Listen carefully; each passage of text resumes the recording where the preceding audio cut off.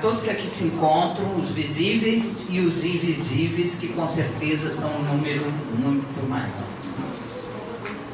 O tema que nós escolhemos para esta noite está no capítulo 6 do Evangelho segundo o Espiritismo, o Cristo Consolador, item 1 e 2. Vamos ver se temos tempo de falar sobre esses dois itens, item 1 e 2.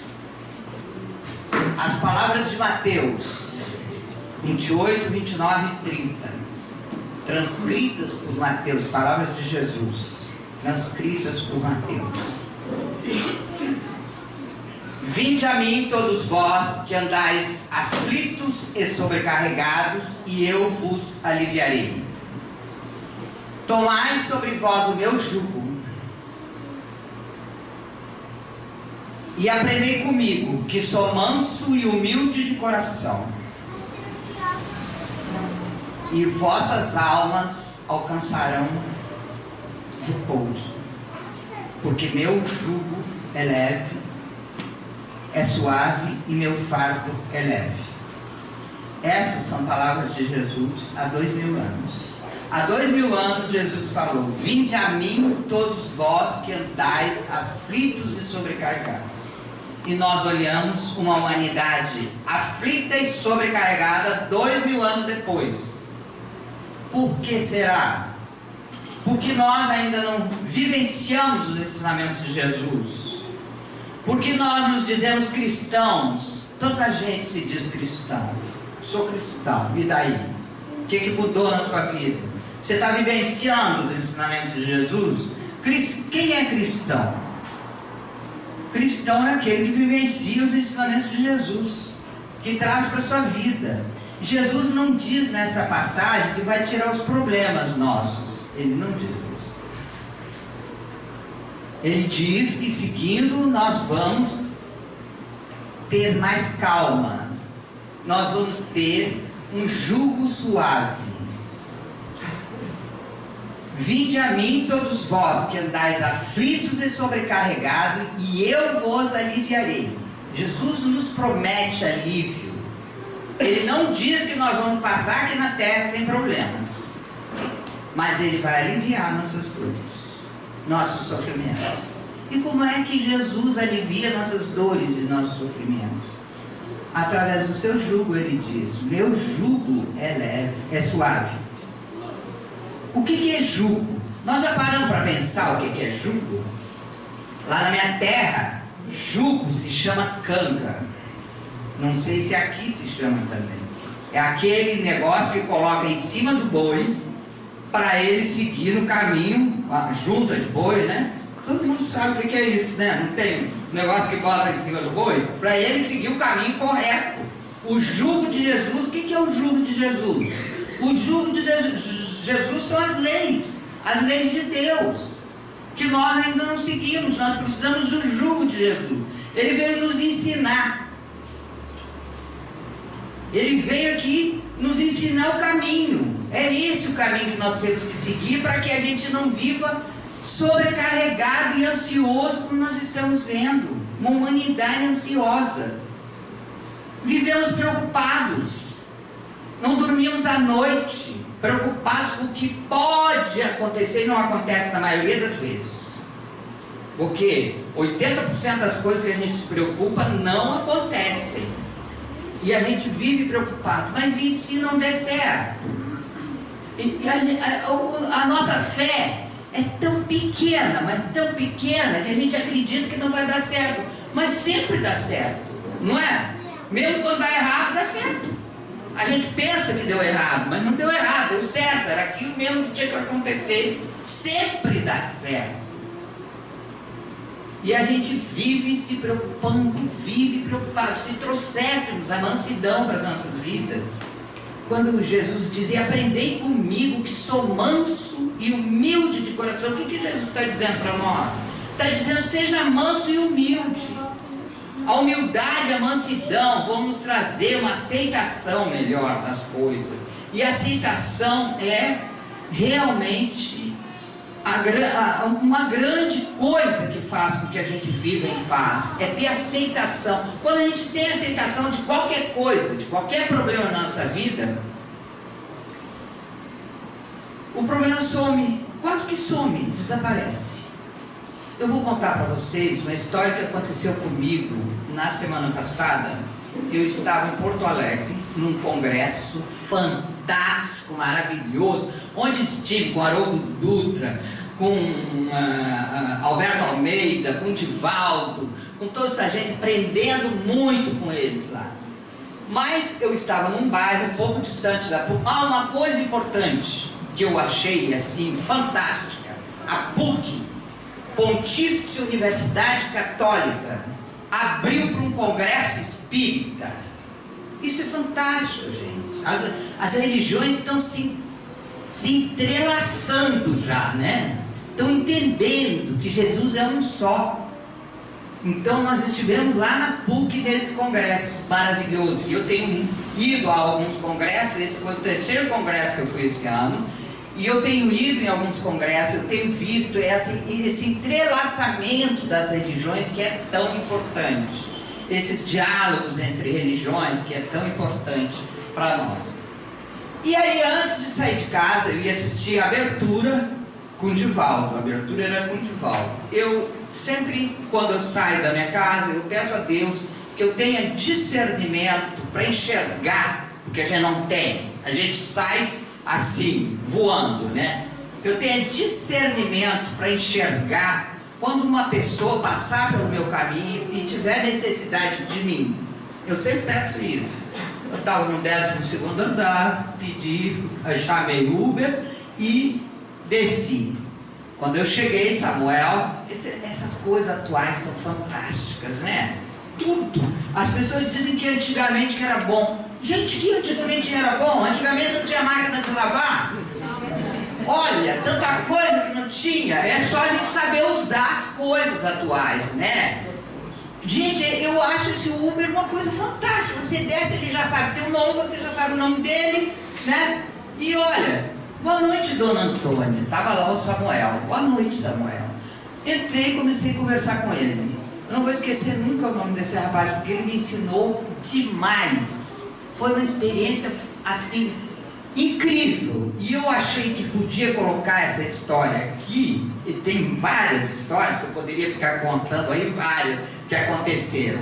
Mas essa história tem tudo a ver com vinde a mim todos vós que andais aflitos e sobrecarregados. Comecei a conversar com Samuel, e conversa daqui. Eu, quando entrei no carro, vi um jovem, muito jovem, sem nenhum fio de cabelo na cabeça, totalmente careca. Mas eu pensei assim, bom, tem tanta gente jovem careca, e tem alguns que até raspam a cabeça, né? Ele não tinha cabelo, não tinha cabelo. Aí comecei a conversar com ele e tal, e ele me perguntou, eu já levei várias pessoas lá na PUC hoje, o que está acontecendo lá? Aí eu disse, um congresso espírita. Estão lá 4.500 pessoas. 4.500 pessoas tinha lá na PUC.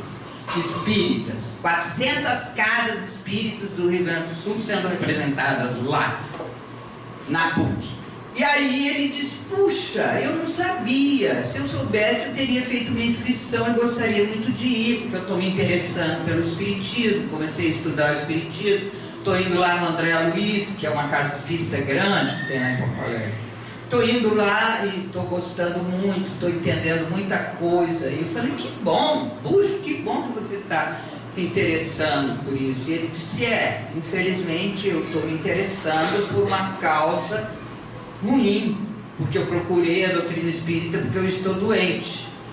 Aí eu falei, mas que bom que você procurou, né? Está procurando a doutrina. E a conversa aumentou, nós estamos conversando ali sobre a doutrina espírita, sobre o Consolador, sobre todas essas coisas, né? E ele disse, pois mas eu procurei por doença. Ele falou de novo isso, eu falei, o que você tem? E ele disse, eu estou com leucemia. Um jovem, tinha 30 anos. Eu estou com leucemia. Olha, você escutar isso de uma pessoa assim que está com a doença, né? É muito é impactante, mesmo que a gente tenha conhecimento da morte, da vida, né? Não é da morte, da vida, mas é impactante, né? E ele tranquilo conversando comigo, me contando que estava com aquilo. Aí eu falei, bem, mas você sabe que você está se tratando, você sabe que você pode fazer um transplante de medula, né? Eu quis falar isso para ele. E ele disse, no meu caso não. O meu caso não tem cura. Ele falou assim para mim, o meu caso não tem cura. Assim, como se eu estivesse conversando uma coisa normal com uma pessoa. E ele disse, graças à doutrina espírita, eu estou com uma aceitação, eu entendi a vida, eu estou entendendo, mudou tudo. Quando eu cheguei lá no grupo do André Luiz, ele disse para mim, eu estava desesperado. E mudou a minha vida depois que eu comecei a ir lá e estudar e entender. E agora conversando com a senhora, e incrível, eu tinha dito assim um monte de coisa sobre vida para ele, sabe? E aí eu pensei, gente, esse rapaz está com uma aceitação impressionante. Ele disse, não, eu estou bem, ele disse para mim. Eu estou bem, o meu problema maior é a minha família. Eu não perguntei quem era da família, mas provavelmente a mulher, ou a mãe, ou sei lá, alguém da família dele que não estava aceitando, né? E aí eu conversei mais, assim, eu falei sobre a vida eterna, que a morte nada mais é do que uma passagem rápida. Eu fui achando, assim, argumentos que eu pudesse ajudar aquele rapaz, que é difícil numa hora dessa, você achar argumentos. Mas eu sei que eu consegui. No final, ele virou para mim, nós ficamos no pátio lá da faculdade, conversando. Eu me atrasei para chegar no Divaldo, por causa, conversando com ele, né? E ele disse, Dona Antônia, a senhora não sabe quanto a senhora me ajudou. Eu estou saindo daqui hoje muito melhor. Eu falei, graças a Deus, eu consegui falar alguma coisa que ajudasse ele, mas ele já estava sendo ajudado pela doutrina, pelo entendimento. Então eu lembrei, eu estava estudando essa parte de vinde a mim. A gente nunca estuda nada por acaso, né? Tudo na nossa vida é para ser aproveitado de alguma forma. Então, vinde a mim todos vós que andais aflitos e sobrecarregados. Ele buscou entendimento da vida, não é? E ele então estava assim, tendo uma aceitação. É isso que eu digo, a aceitação. Esse rapaz, Samuel, me ensinou muito. Eu fiquei pensando nele, eu entrei lá, ficava assistindo o Divaldo falar, mas eu estava com o meu pensamento nele. O meu pensamento ficou direto nele, eu pedindo a espiritualidade que desse uma ajuda a ele, porque é um jovem, né, que de repente tinha sonhos, que de repente pensava ainda em fazer outras coisas, sei lá, né, e está condenado, entre aspas, porque todos nós estamos condenados, ninguém tem dúvida, né, ninguém aqui tem dúvida que daqui a pouco nós não vamos estar mais aqui, e daqui a pouco bem pouco, porque pouco, 60 anos, 70 anos, que seja, é pouco. A gente sempre acha pouco, né? Então, eu acho 100 anos, que é o que eu vou viver, porque eu estou negociando 100 anos, eu estou sempre falando isso. 100 anos é muito pouco, gente. Podia viver uns 400 anos, 500, puxa vida, uma vida tão boa, tão maravilhosa, com alguns problemas. Né? Com alguns problemas que são naturais. Todos nós que estamos aqui na Terra vamos ter problema. Se você não teve ainda, não se preocupe que vai ter, né? E tem gente que pensa, eu lembro quando eu tive câncer, há uns anos atrás, as pessoas olhavam para mim e falavam assim, nossa, mas você é uma pessoa tão religiosa, como é que foi dar isso em você? Ué, o que tem a ver? Não é? Se é religioso ou não é religioso, isso é natural da vida, o nosso corpo é perecível, ele vai ter, e a gente tem que ter aceitação. E graças a Deus, ontem eu estava falando com uma amiga minha, duas que tiveram câncer, eu e ela conversando, e eu estava dizendo para ela, graças a Deus, a gente tem uma coisa na vida que se chama adaptação. A gente se adapta a tudo na vida, até coisa ruim a gente se adapta, tudo a gente se adapta. Então, graças a Deus a gente tem isso, porque a gente vai ficando com sequelas, mas a gente vai passando por cima e vai vivendo sem reclamar, porque essa coisa de reclamar é muito ruim. Quando a gente começa a reclamar de tudo, principalmente a gente que está ficando mais velha, né? Eu tenho um amigo de natação lá, que é jovem, e ele diz assim: vocês que são mais adiantados. Eu acho ótimo isso. Eu não acho que a gente é mais velha. Vocês que são mais adiantados, né? Então, quando a gente está ficando mais adiantada, vai aparecendo coisas. Há uns anos atrás, há pouco tempo atrás, quando eu tinha 20 anos, não faz muito tempo, há pouco tempo atrás, as pessoas idosas chegavam para mim e diziam assim: você vai ver, quando fica velho, todos os dias a gente tem uma dor. Eu falo: que absurdo! Todo dia uma dor. Hoje eu tenho todo dia uma dor e estou feliz, agradecendo a Deus. Obrigado, Senhor. Eu estou aqui caminhando, eu estou aqui vivendo ainda.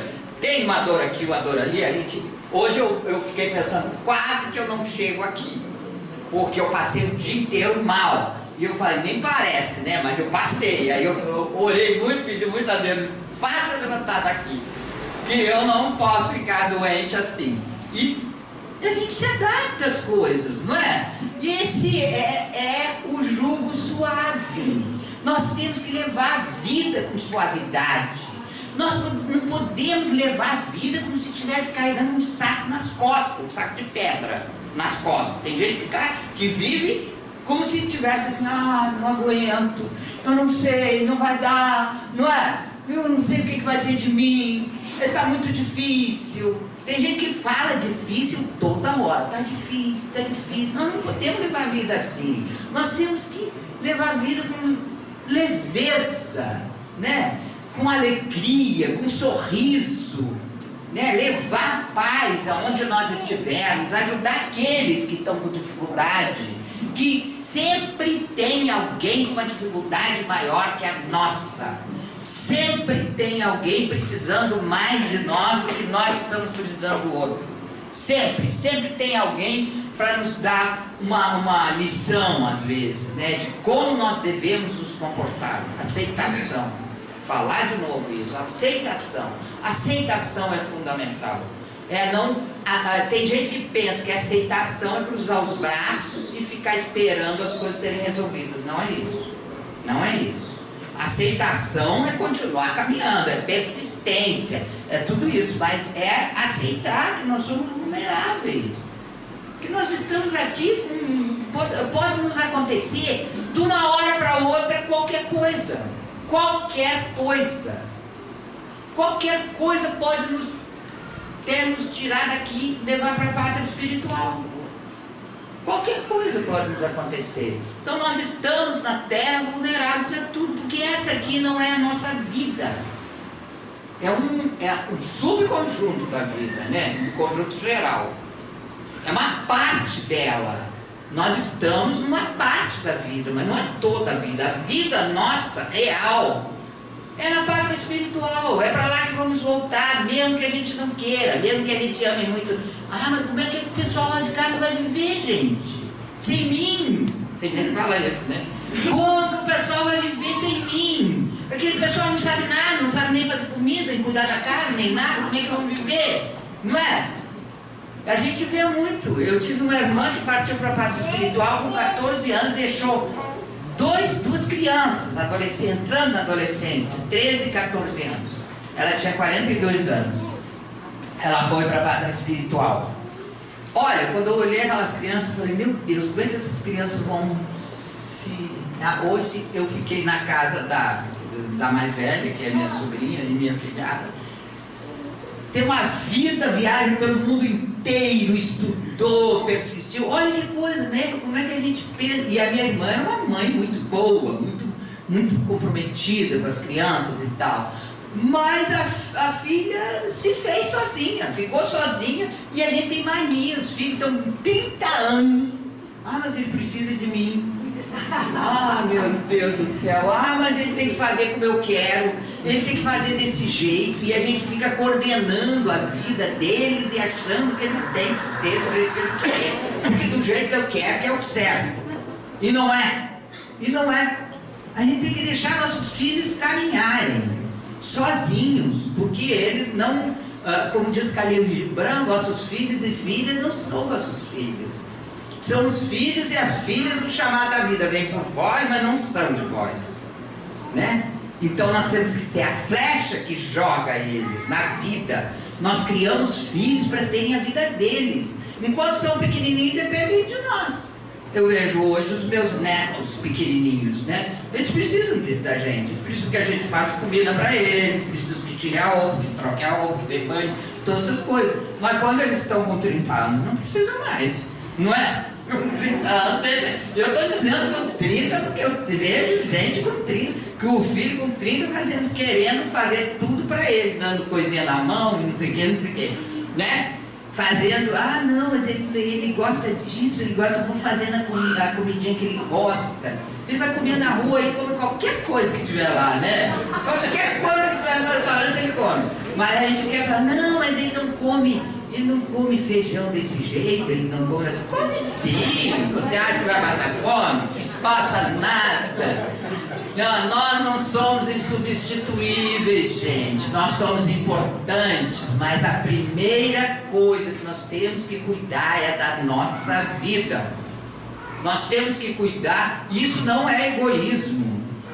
Cuidar da nossa vida. Nós viemos aqui na terra para cuidar da nossa vida. E a gente chega aqui e fica cuidando da vida do outro. E você tem que fazer desse jeito, você tem que fazer, e deixa de cuidar da nossa. Literalmente nós estamos cuidando da vida do outro, né? E deixa de fazer o que nós viemos fazer. Nós viemos aqui para aprender, para crescer, para aprender a amar, né? E amar não é facilitar a vida de ninguém. Tem gente que pensa que amar é facilitar a vida. Não, amar não é facilitar a vida. Amar é dizer não muitas vezes. Muitas vezes a gente tem que dizer não. Isso não é bom para você, eu não vou fazer, né? Então, gente, nós temos que tornar a nossa vida, trazer para a nossa vida esse conhecimento de que ela pode ser muito boa. Mas nós complicamos muito.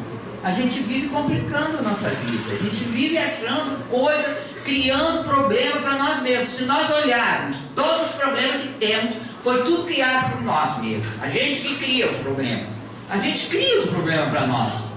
E aí depois fica reclamando, não sei por que foi acontecer isso comigo, né? Não sei por que foi acontecer isso comigo. Aconteceu porque eu permiti que acontecesse, porque eu deixei que acontecesse. De alguma forma eu deixei, né? Então, se nós queremos ter uma vida mais suave, nós temos que trazer Jesus para a nossa vida, né? E Jesus é mansidão. Jesus é amor. Ele veio aqui na terra para nos ensinar a amar. E nós temos que aprender a amar. A gente ainda nós temos vários, eu digo que nós temos vários níveis de amor. Nós temos aquele primeiro nível de amor, que é: eu não amo ninguém e quero que todo mundo me ame. Alguém conhece a gente assim? Que não ama ninguém, quer que todo mundo ame, fica cobrando o outro, fulano não me liga, o outro não vem na minha casa, porque não sei o que, porque esqueceram de mim, mas não dá amor para ninguém, né? Depois nós passamos para aquele segundo nível, que eu quero acreditar que é o que nós estamos, eu quero acreditar, eu te amo se você me amar, né? Segundo nível, eu te amo se você me amar. Aí já é uma troca, só amo aqueles que me amam, né? E depois vem o amor real, que é a nossa meta. A nossa meta é o amor real. Te amo, ponto. Sem cobrar nada, sem exigir nada. Se o outro está lá no Japão, você continua amando. Se está vivendo a vida dele, você continua amando, né? Eu vejo mães adoecerem porque o filho foi embora para fora do Brasil, foi para a Europa, foi para os Estados Unidos, estudar, não sei o quê. Graças a Deus, que bom que ele foi. porque ele está interessado em estudar, vai ser uma experiência boa, né? E os filhos que vivem longe dos pais, eles crescem muito mais rapidamente, né? Porque normalmente nós somos a gente tranca o crescimento deles, né? Querendo facilitar a vida deles, a gente vai prejudicando. Então a gente não pode esquecer do que nós viemos fazer aqui na Terra e de quanto Jesus nos ajuda nessa caminhada, se nós trouxermos Jesus para a nossa vida, realmente. E o que é trazer? Eu falei isso um dia desses, nós fomos convidados para fazer um culto ecumênico, outra coisa que eu gosto muito de fazer. Eu gosto muito de fazer culto ecumênico, porque a gente fala para várias pessoas de várias religiões e assim clareia essa coisa do espiritismo, que tem muita gente que não sabe muito bem o que é e fica, você é de mesa branca? Mesa branca, preta, amarela, de qualquer cor, né? Ah, você é... umas perguntas assim muito interessantes. Você é kardecista? Ah, eu não aguento isso. Não existe religião kardecista. A doutrina espírita é a doutrina espírita, né? Feita pelos espíritos. Ah, mas é para esclarecer, para não misturar. Ué, é doutrina espírita, eu sou espírita. Aí nós fomos fazer um culto na Câmara Municipal lá de Conceição de Macabu, uns dias atrás, e tinha um padre, 2 pastores de 2 igrejas diferentes e eu como representante da doutrina espírita. Olha, foi uma experiência muito boa. Graças a Deus todos eles falaram primeiro que eu. Já eu soube o que eu ia dizer. Graças a Deus. Aí eu fiz essa pergunta: quem é cristão? Aí eu, será que ser cristão é quem é isso? Comecei por mim, né? Será que ser cristão é ser espírita? É ser católico? É ser evangélico? E eu disse: não. Ser cristão é aquele que segue os ensinamentos de Jesus, independente de que doutrina ele está. Porque a gente conhece muita gente dentro da doutrina espírita que não é cristão, dentro da católica que não é cristão. Porque o Papa mesmo falou um dia desses, semana passada, que o cristão que não age como cristão não é cristão, né? Cristão é aquele que age como cristão, que perdoa, que é tranquilo, que não vive ansioso, que não vive cobrando as coisas dos outros, né? Aí tem gente que pensa que ser cristão é botar um Jesus crucificado lá na parede, ou ficar falando em nome de Jesus toda hora. Como a gente vê isso, né? Às vezes você está numa fila e a pessoa está lá, em nome de Jesus essa fila vai acabar, né? Olha, é usar o nome de Jesus indevidamente, né? E aí toda hora, em nome de Jesus, em nome de Jesus. Tem gente que fala isso toda hora, só Jesus na causa. Olha, frase. Aí você fala assim, quem? Eu fico pensando a compaixão de Jesus conosco, né? Porque a gente fica usando o nome de Jesus sem necessidade e não faz o que tem que fazer, que é seguir os seus ensinamentos, é trazer mais amor para a sua vida, né? A gente fica aí se dizendo cristão nessas situações. Nós não temos que nos dizer cristão. Francisco de Assis, que é Francisco de Assis, esse homem grandioso, tem uma frase dele que eu acho fantástica. Ele diz assim: nós temos que pregar o Evangelho de Jesus. Se for necessário, usemos da palavra. Olha que coisa linda, Cristina, não é isso? Olha, presta atenção. Nós temos que pregar o Evangelho de Jesus. Se for necessário, usemos da palavra. O que ele quer dizer? Que nós temos que pregar os ensinamentos de Jesus na nossa maneira de ser, agindo, sendo, todos os dias, em todos os lugares, na nossa família, dentro de casa. Porque tem gente que é muito bonzinho com os amigos lá fora, mas dentro de casa é um horror. É dentro de casa que nós temos que começar. Ali dentro de casa é que está o maior laboratório para nós aprendermos a ser pacientes, tolerantes. Eu falei isso, fui fazer uma prece de casamento ontem, eu falei isso lá. Eu falei, olha, casamento é onde a gente mais aprende. Porque duas pessoas de diferentes criação, de diferente religião, de diferente tudo, se juntam e vão viver na mesma casa, com um pensamento diferente, com maneira diferente de viver. E elas, algumas se adaptam, a maioria não.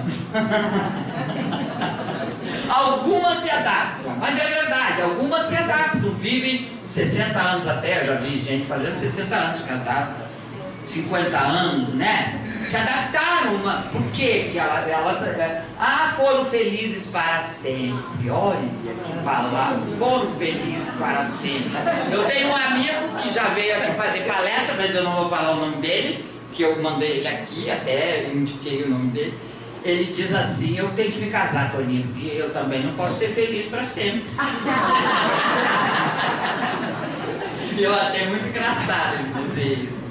Então, gente, casamento é uma adaptação, os dois se adaptarem, né? E aí eu me lembro de uma história que De Luca conta num livro dele, que tinha um casal fazendo 60 anos de casado e o repórter perguntou para ele, né? Puxa, como é que o senhor conseguiu viver 60 anos com essa mulher? Ele disse, olha, eu vou te contar um segredo, eu adoro bico de pão e todos os dias, quando eu sentava na mesa para tomar o café da manhã, eu cortava o bico de pão e dou para minha mulher comer. E aí ele perguntou para ela, e a senhora, como que conseguiu viver esse tempo todo com ele? Assim, bem, esses dois de mãozinha dada? E ela disse, eu odeio bico de pão. E todas as manhãs eu como bico de pão. Então, gente, as pessoas pensam que casar é assim, não vou ter problema nenhum. Como não vou ter problema nenhum? Você tem que aprender a conviver com aquela pessoa. Com aquela pessoa que joga a toalha no chão, com aquela pessoa que chega em casa e deixa o sapato na sala, né? Com aquela pessoa que come biscoito em cima da poltrona. Estou dizendo as coisas que me incomodam, né? Cada um aqui tem as suas coisas que se incomodam. Eu me incomodo com essas coisas. Então eu tenho uma amiga espírita de berço, como tem pessoas que falam. Eu não sei o que é ser espírita de berço, mas é de berço, provavelmente é desde que nasceu. Aí ela diz que se irritava todos os dias com o marido, porque ele não estendia a toalha de banho. Aquilo para ela era um horror. E ela brigava, fazia ele voltar, volta lá, pega essa toalha, não sei o que, espírita. Volta lá, pega a toalha, vai pendurar a toalha. E eram 40 anos brigando assim, no caso da toalha. Um belo dia, agora ela já está com 60 anos de casada, faz tempo que ela me contou essa história. Aí um belo dia ela disse, meu Deus, o que eu estou fazendo na minha vida? E eu não vou mais reclamar dessa toalha, de hoje em diante eu penduro a toalha e não falo nada. E mudou tudo ficou bom. Ela passou a pegar a toalha, pendurar a toalha e acabou, não é? Mas aí as brigas que a gente arruma são muito ilógicas, né? Porque você não precisa brigar. Nós não precisamos brigar com ninguém.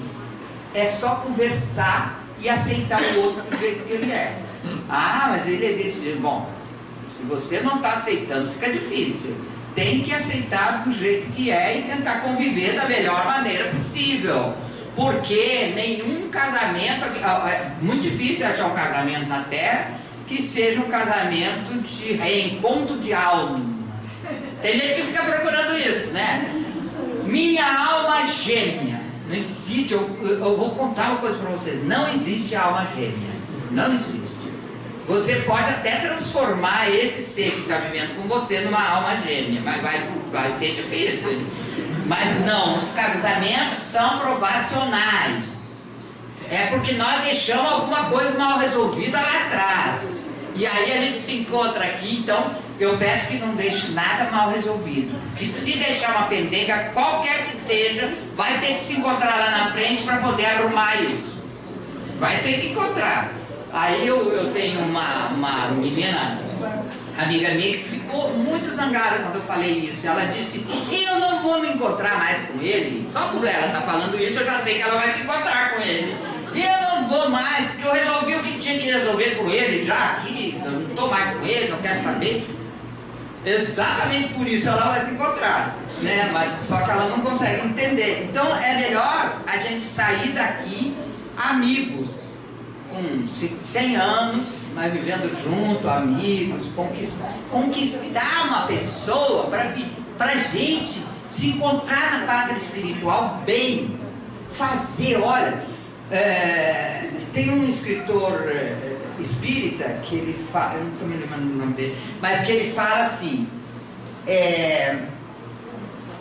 ele conta uma história da Dona Maria, né? Vocês já devem ter escutado essa história, que a Dona Maria foi uma pessoa muito boa, veio aqui na Terra, cumpriu com todas as suas obrigações, ela nasceu em berço espírita, foi espírita, trabalhadora da casa espírita, dedicada, teve 5 filhos, criou os filhos evangelizados, né, e trabalhava na cesta básica, dando passe, fazendo isso, fazendo aquilo, Dona Maria, mas a Dona Maria tinha uma pendenga séria, que era o marido.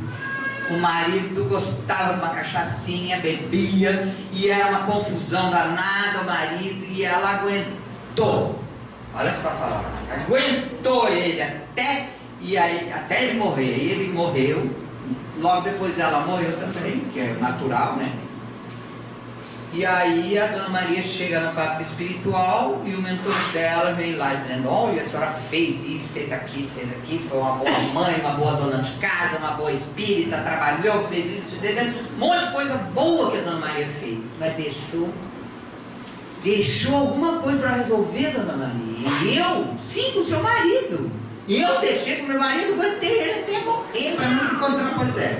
Mas a senhora vai ter que encontrar com ele de novo, vai ter que voltar na Terra, encontrar com ele de novo para resolver o que não ficou resolvido, aprender a amar. Olha, aprender a amar. Então é melhor a gente aprender a amar enquanto está aqui, porque depois vai ter que voltar. Aguentou,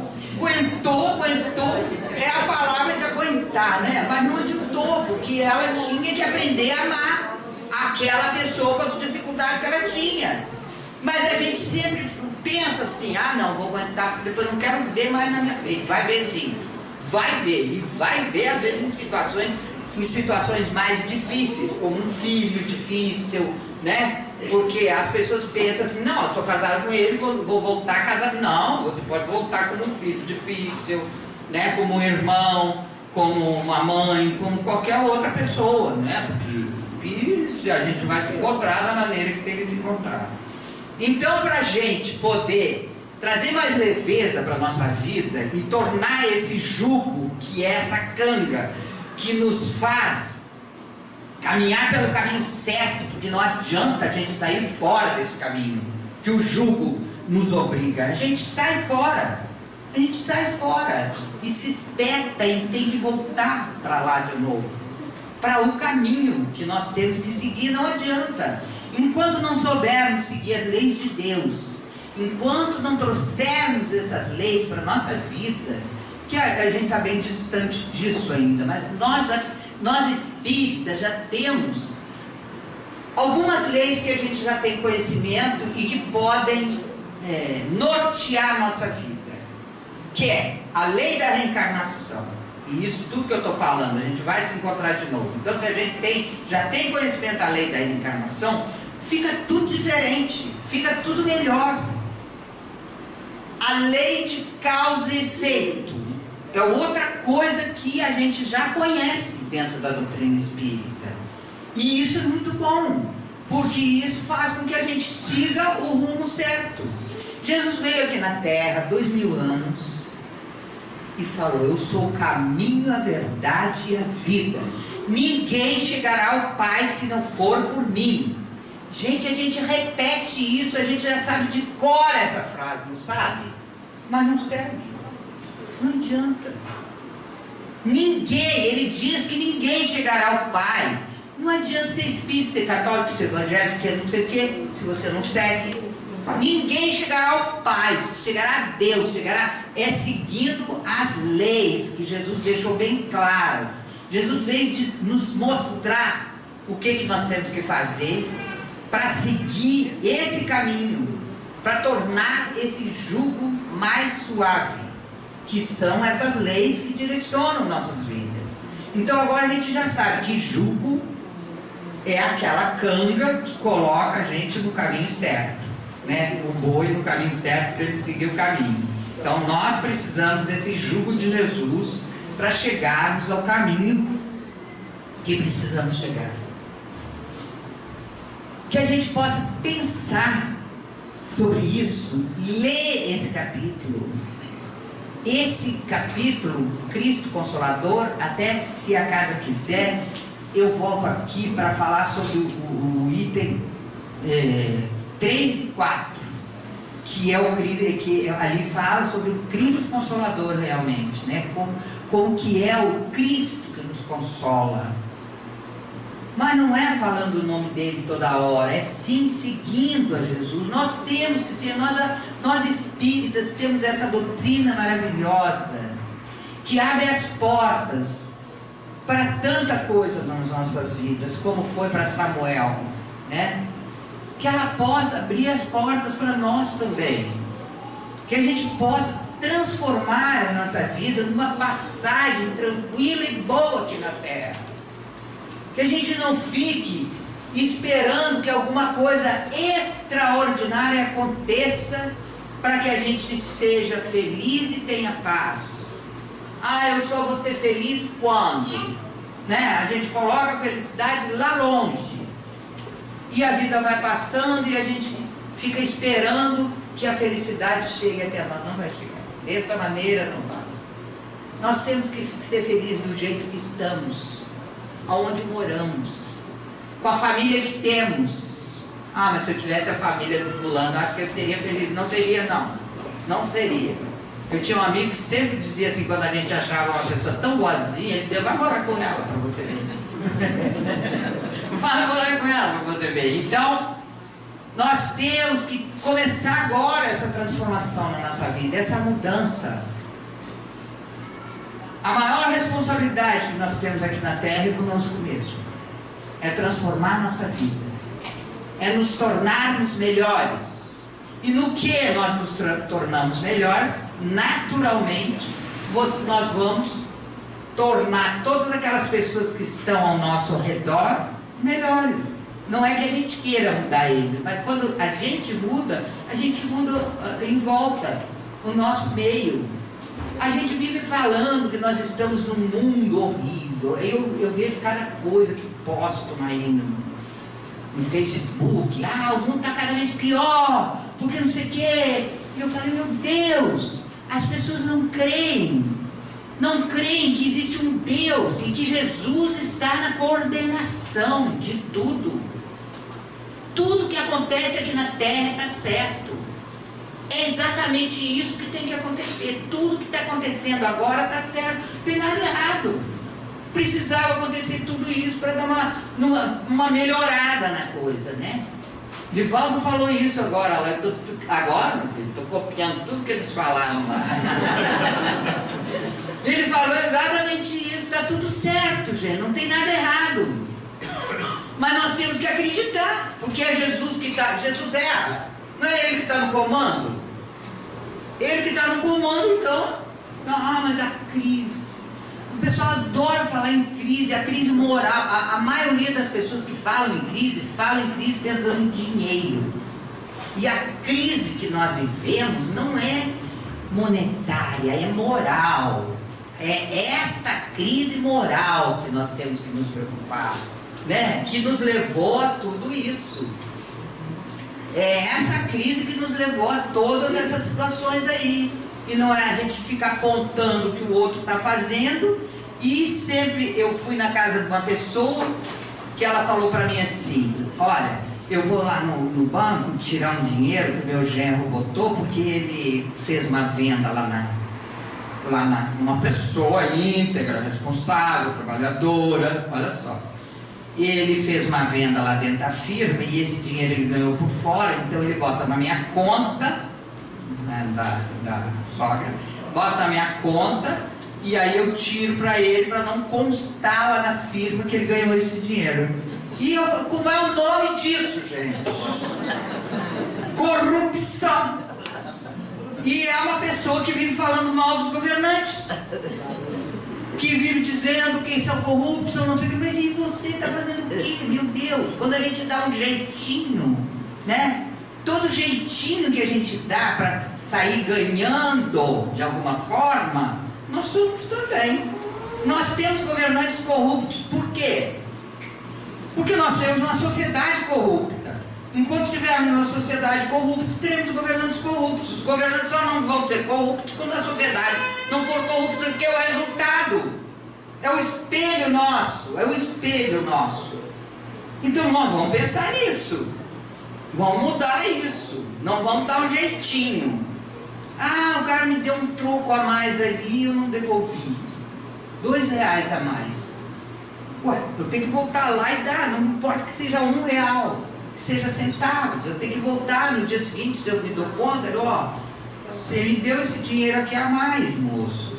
Outro dia, ontem eu paguei 40 centavos para uma moça do caixa ali da farmácia, e ela disse, mas a senhora estava me devendo? Eu falei, estava. Ah, mas eu nem sabia, mas eu sabia. Ué, quem tinha que saber era eu, não é? Então essas pequenas coisas, nas pequenas coisas, dá um jeitinho para arrumar uma vaga para o filho, para arrumar um preço mais barato, não sei no que, né? Ajeitar desse ou daquele jeito, tudo isso é corrupção. Né? Então nós temos que mudar a nossa maneira de ser para poder mudar o mundo. E vamos conseguir, com muita dor e muito sofrimento, sim, mas vamos conseguir, porque enquanto não trouxermos Jesus para nossas vidas, nós vamos ter essas dificuldades todas, né?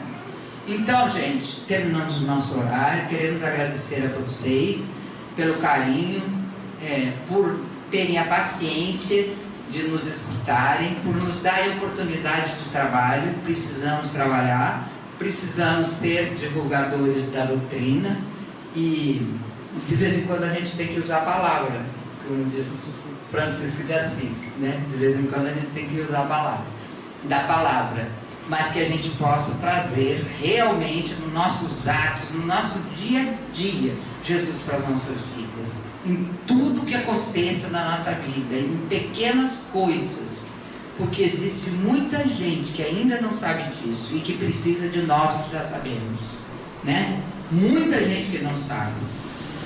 Então que a paz de Jesus possa envolver a todos, que a gente possa sair daqui levando essa paz para as nossas vidas lá fora. Muito obrigado.